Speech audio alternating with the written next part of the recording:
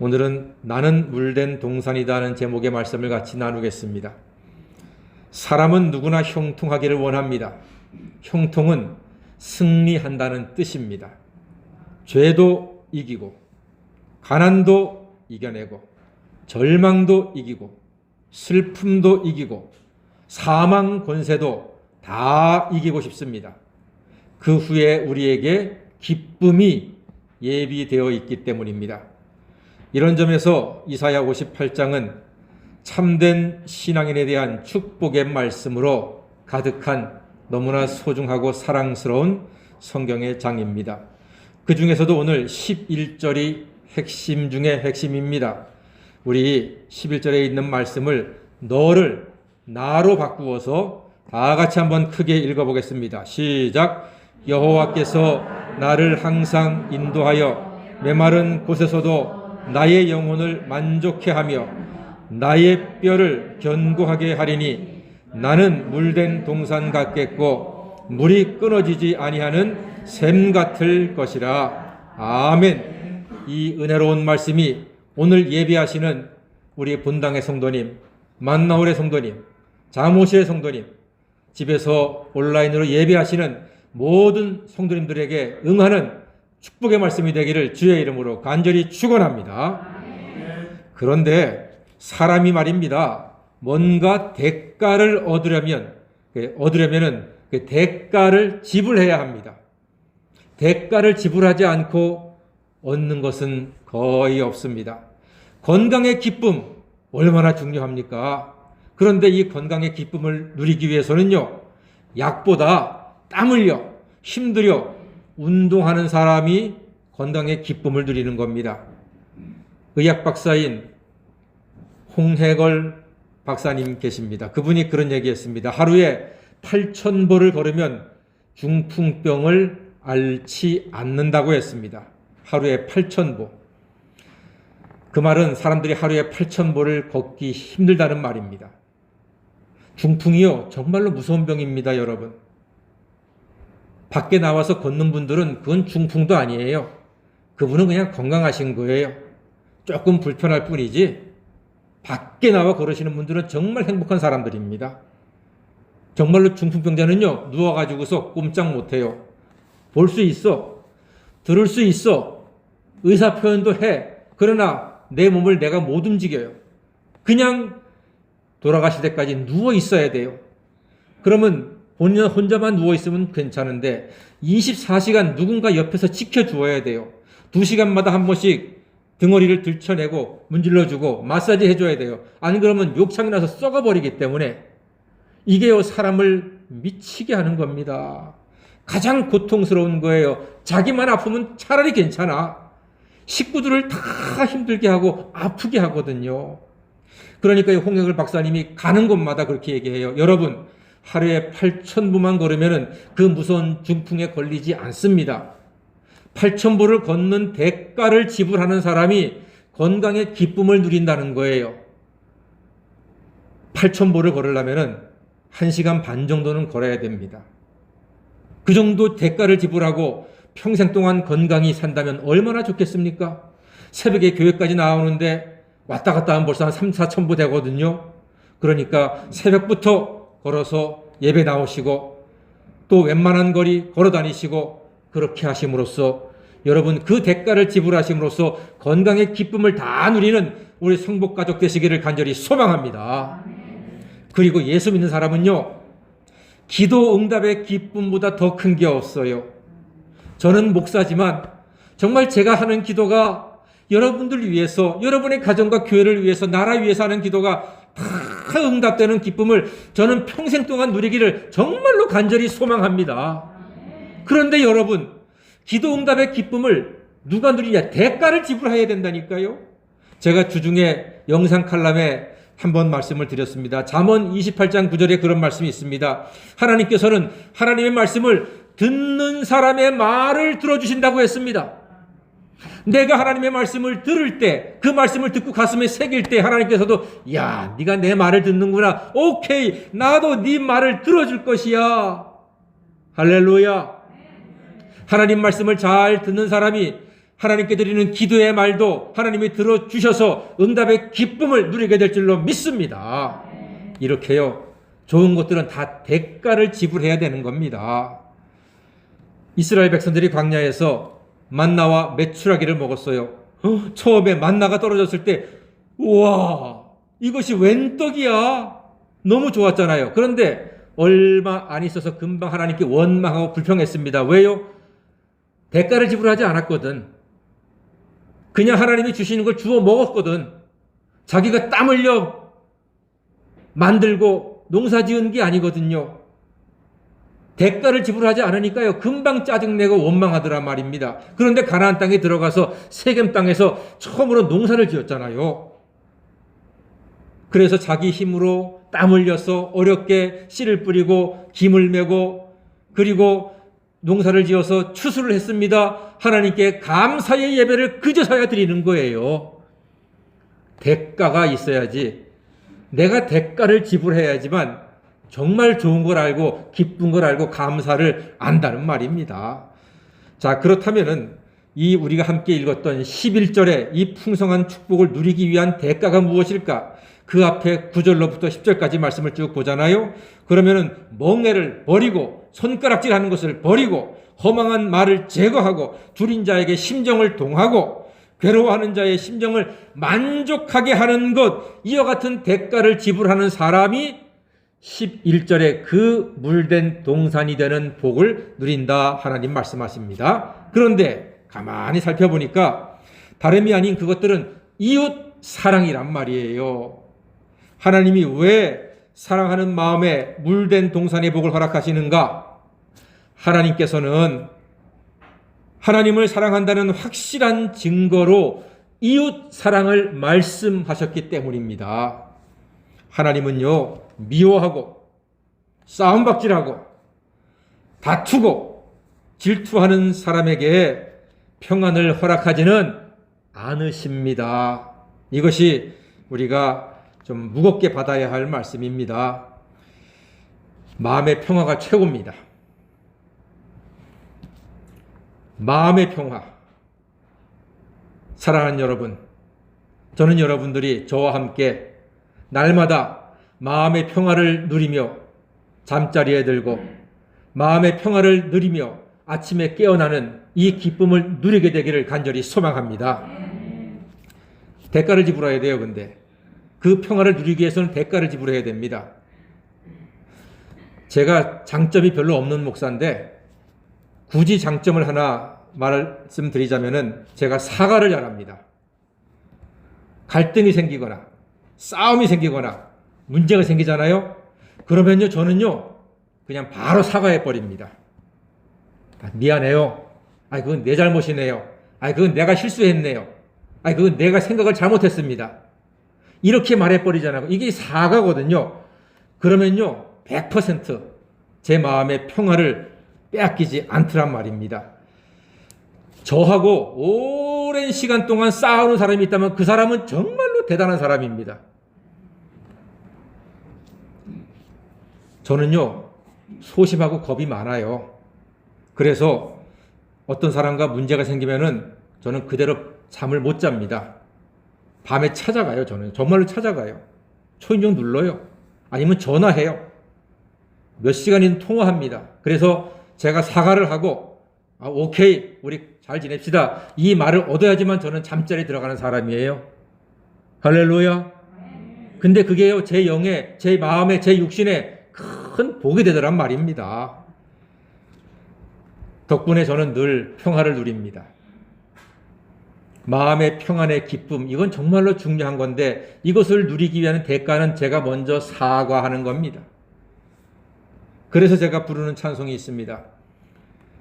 내 평생에 가는 길 순탄하여 늘 잔잔한 강 같든지 큰 풍파로 무섭고 어렵든지 나의 영 늘 편하다. 내 영혼 평안해. 내 영혼 평안해. 아멘. 할렐루야. 이 찬양에 짜증내지 않고 들어주신 모든 분들이 참 평안의 사람인 줄로 믿습니다.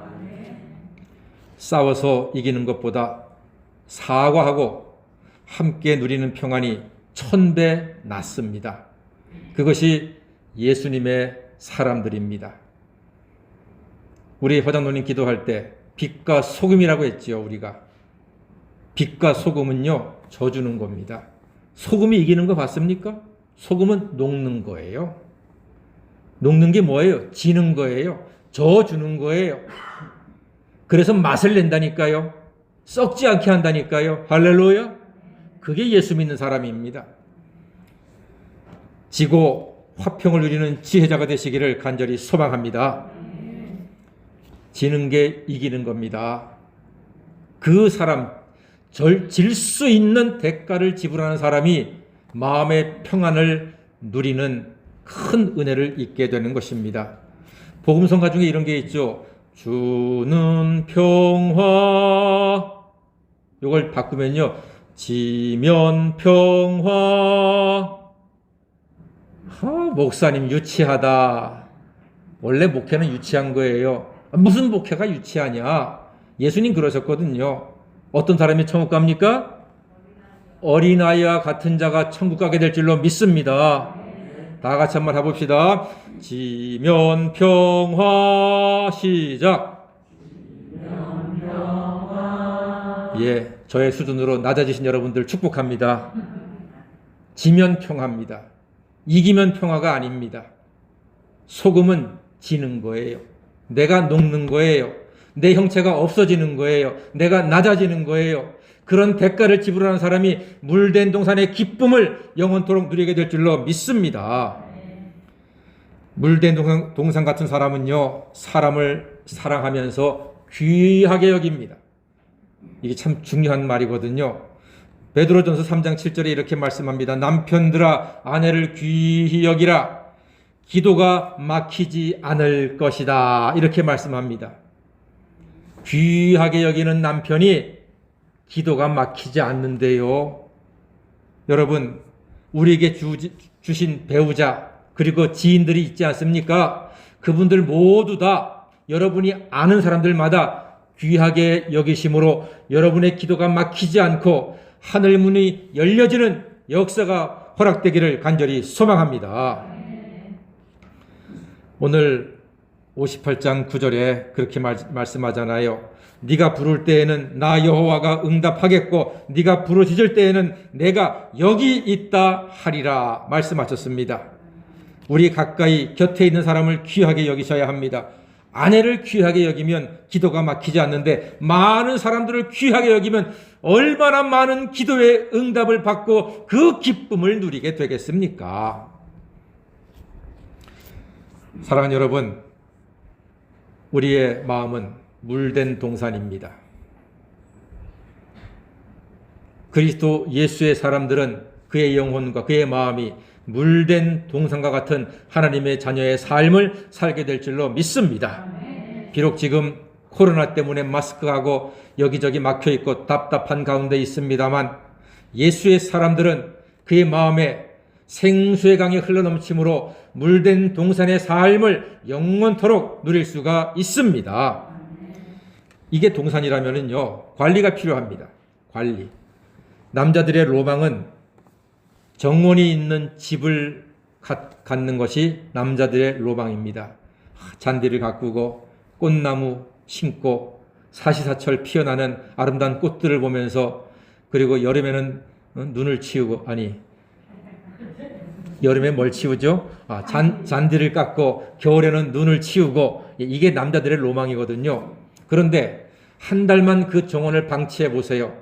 엉망진창 돼 버립니다. 근데 우리 마음이 정원이거든요. 물된 동산 같다 그랬잖아요. 이 물된 동산인데 이걸 방치하잖아요. 그러면 잡목들이 우거져요. 이게 엉망진창돼 버리는 거예요. 우리 마음 방치해 보세요.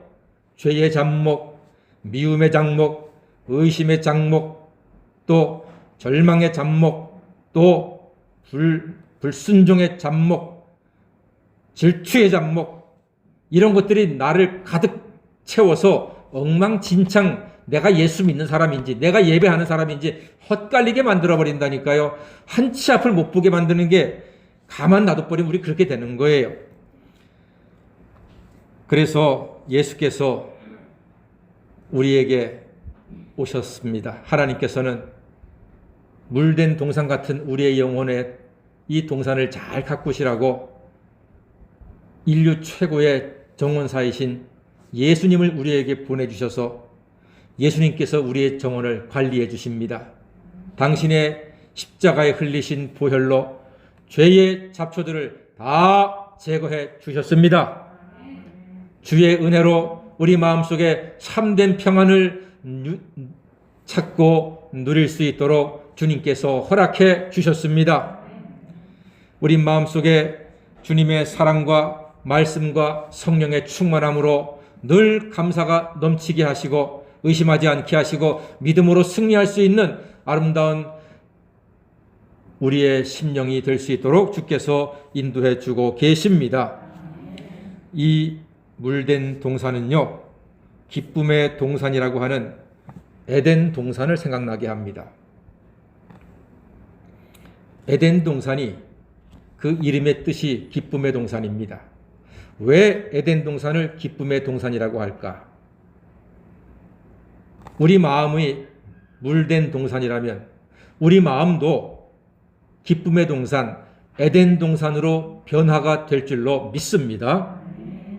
그런데 이 에덴 동산은 성경에 보면은요, 물이 들어오는 것이 아니라 물이 흘러 나가는 동산입니다. 비혼, 기혼, 히데겔, 그리고 유브라데 네 강이 에덴 동산에서 발원해서 사방을 돌아 적심으로 그 에덴 동산이 흘려 보냄으로 다른 땅을 축복함으로 그 동산이 기쁨의 동산, 에덴 동산이 되었다고 성경은 말씀하고 있습니다. 우리도 주님의 은혜로 구원받고 주님의 사랑도 많이 받은 사람들입니다. 우리의 마음이 참된 에덴 동산이 되기 위해서는, 기쁨의 동산이 되기 위해서는 대가를 지불해야죠. 흘려보내는 겁니다. 사랑하는 여러분, 여러분이 받은 주님의 은혜를 사랑의 언어로 흘려보내시기를 바랍니다. 사랑의 중보 기도로 흘려보내시기를 바랍니다. 섬김과 나눔으로 흘려보내시기를 바랍니다. 그럴 때 진정으로 그와 같은 흘려보내는 대가를 지불함으로써 빼앗기지 않고 흔들리지 않고 망가지지 않는 기쁨의 동산, 에덴 동산을 영원토록 지키고 아름답게 가꿀 수 있을 줄로 믿습니다. 시골에 가면은 우물이 있습니다. 부잣집들 다 우물이 있잖아요. 부자가 욕심을 내가지고서 우물 뚜껑 탁 덮어두고 자기만 쓰잖아요. 그러면 그 우물 얼마 못 가서 밑이 말라버립니다. 그런데 부자가 오세요, 우리 우물 퍼쓰세요. 그래서 동네 사람들이 다 와서 우물을 퍼가잖아요. 그러면 오히려 그 속에서 새로운 샘이 솟고 늘 풍성하고 시원한 샘물을 오랫동안 풍성히 먹고 마시고 누릴 수가 있는 것입니다. 여러분이 가지고 있는 하나님의 은혜가 있습니다. 하나님 주신 물질의 복도 있습니다. 건강도 있습니다. 기도의 능력도 있습니다. 섬김의 능력도 있습니다. 그것을 우물 뚜껑 닫아두듯이 꽉 닫아두고 나만 위해 산다면은요, 말라버리는 거예요. 그것을 열어서 나누어주고 에덴 동산의 네 강처럼 흘려보낼 때, 흘려보내는 대가를 지불할 때 우리의 마음은 마귀에게 빼앗기지 않는 영원한 기쁨의 에덴 동산, 물된 동산의 이 기쁨을 영원토록 누리는 하나님의 자녀가 될 수 있을 줄로 믿습니다. 그러므로 이 코로나의 답답한 시절 속에서도 이웃의 기쁨을 위해서 위로의 말, 중보 기도의 언어, 섬김과 나눔의 물을 흘려보내 기쁨을 나누시는 물된 동상 같은 인생 되시기를 주님의 이름으로 간절히 축원합니다. 아멘. 기도하겠습니다. 사랑하는 자녀에게 기쁨의 물을 주시는 하나님 아버지, 코로나에 막힌 세월에도 우리가 서로에게 위로의 말과 기도와 섬김과 나눔의 물을 흘려보내므로 에덴의 기쁨이 있는 물된 동상 같은 인생이 되게 도와주시옵소서. 예수님의 이름으로 기도하옵나이다. 아멘.